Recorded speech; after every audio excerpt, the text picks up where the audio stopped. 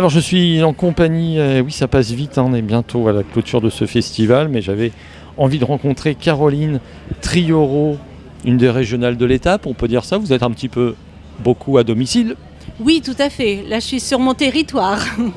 Alors comment vous êtes, donc c'est pas la première fois que vous venez ici, j'allais vous demander qu'est-ce que vous pensez de la ville comme les autres, mais vous c'est pas la peine, vous la connaissez par cœur.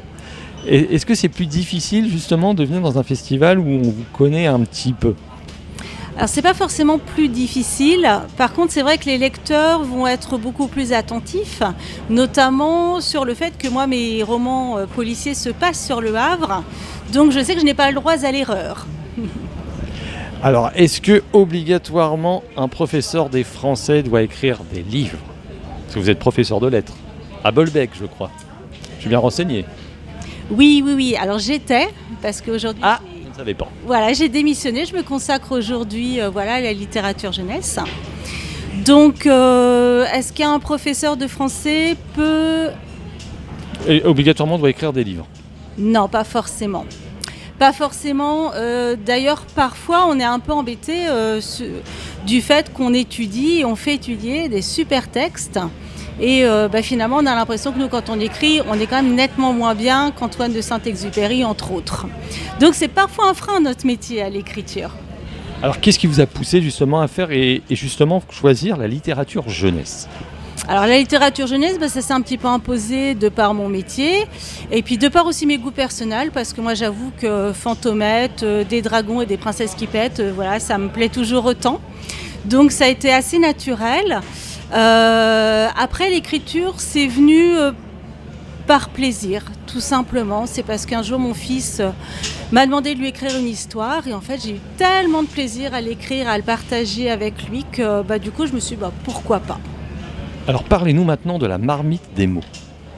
Alors la Marmite à mots, c'est ma maison d'édition. Marmite à mots, excusez-moi, oui, effectivement.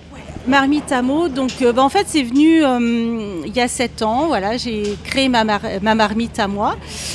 Comme je suis très mauvaise cuisinière, j'essaie de mieux cuisiner avec les mots qu'avec les légumes, au grand bonheur d'ailleurs de mes enfants qui ne sont pas très légumes.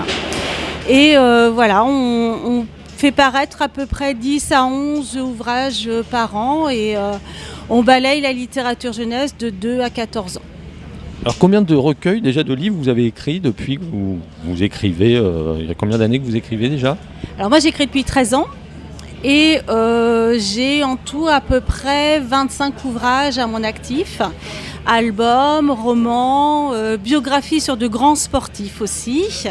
Donc j'ai eu la chance de pouvoir écrire des choses très différentes et de pouvoir m'épanouir dans ce métier-là. Alors parlez-nous justement de votre dernier roman. Alors le dernier roman, c'est le Code de Blob qui va sortir la fin juin. Il est en train de se faire beau à l'imprimerie et on va aller voyager dans l'espace avec Thomas Pesquet entre autres et un drôle d'énergumène qu'on appelle le Blob et qui va peut-être ou envahir la Terre ou sauver des vies, mais ça je ne vous le dirai pas. Affaire à suivre donc le mois de juin, c'est bientôt en fin de compte. Oui, fin juin. J'espérais l'avoir là, mais finalement, ça a pris un petit peu plus de retard. Avec votre maison d'édition ? Tout à fait, et une coécriture avec des élèves aussi de l'école Saint-Roch au Havre et du collège La Providence à Fécamp. Alors vous avez fait beaucoup de... C'était un souhait justement de faire des collaborations comme ça avec des écoles. Comment ça se passe en amont ? Il y a des rencontres, je suppose, avec les professeurs, je me doute, mais aussi avec les enfants, avec les élèves. Oui, tout à fait. Alors en fait, on retrouve un petit peu mes défauts professionnels. Et c'est vrai que moi, j'ai toujours trouvé intéressant que les enfants aient des projets concrets par rapport à leur année scolaire. J'ai rencontré une enseignante fantastique qui s'appelle Delphine Heurtaud. Et toutes les deux, on a fait le pari fou d'amener une classe qui avait un profil assez compliqué puisqu'il y avait beaucoup d'enfants atteints d'autisme ou de dyslexie dans cette classe-là. Et qui donc du coup avait un contact au livre et à la lecture très compliqué. Et on s'est dit mais non, on va leur montrer que le livre aussi c'est fait pour eux. Et donc dans le travail de l'écriture, dans les échanges qu'on a eus, dans cette dédramatisation du passage à l'écriture, eh bien, je vous avoue qu'on a quand même de très beaux résultats et on a des enfants qui aujourd'hui fréquentent le CDI de leur établissement, qui viennent à la galère ou aux 400 coups et qui en plus, pour certains, continuent d'écrire des histoires. Alors, les livres à peu près que vous écrivez, c'est pour des tranches d'âge bien spécifiques? Oui, alors moi je suis plutôt entre, on va dire, 9 ans et 14 ans. En dessous 9 ans, c'est trop petit pour moi. Et au-dessus, c'est trop compliqué pour moi. Alors je vois, c'est important, parce que ça, naturellement à la radio, on ne le voit pas. Vous avez des livres adaptés 10. Est-ce que vous pouvez justement développer sur ce sujet? Oui, alors de par mon expérience en tant qu'enseignante, où j'ai été confrontée à des enfants à qui je ne pouvais pas toujours donner le même livre et qui du coup étaient discriminés aussi d'emblée. Et dans le travail que j'ai fait en coécriture avec ces élèves-là, eh bien, on a essayé de trouver un équilibre pour les enfants qui sont atteints de ce handicap de lecture, et je précise bien de lecture, ils ne sont pas plus bêtes que les autres, ce n'est absolument pas un retard cognitif, mais voilà, en fonction de la présentation du texte, eh bien, ça leur est compliqué de déchiffrer les mots, on en est parfois à ça. Et donc ensemble, on a essayé de trouver une présentation du texte qui leur permet à tous d'avoir un accès plus facile à la lecture. Et je peux vous assurer que les enfants qui ne sont pas 10 en sont très heureux aussi. C'est un beau message en tout cas, Caroline Trioro.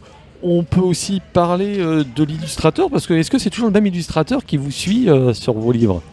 Alors j'ai 2 collections dans lesquelles j'écris. Dans la collection des Croque-Pouces, non, c'est une illustratrice professionnelle, mais ça n'est pas la même que dans la collection Enigma. D'accord. Est-ce que vous avez d'autres projets ? Alors on a sorti, tout à l'heure vous l'avez dit, la sortie incessamment sous peu de on peut rappeler le titre ? Le Code Blob. Le Code Blob. J'avais retenu Blob, mais j'avais pas retenu Code.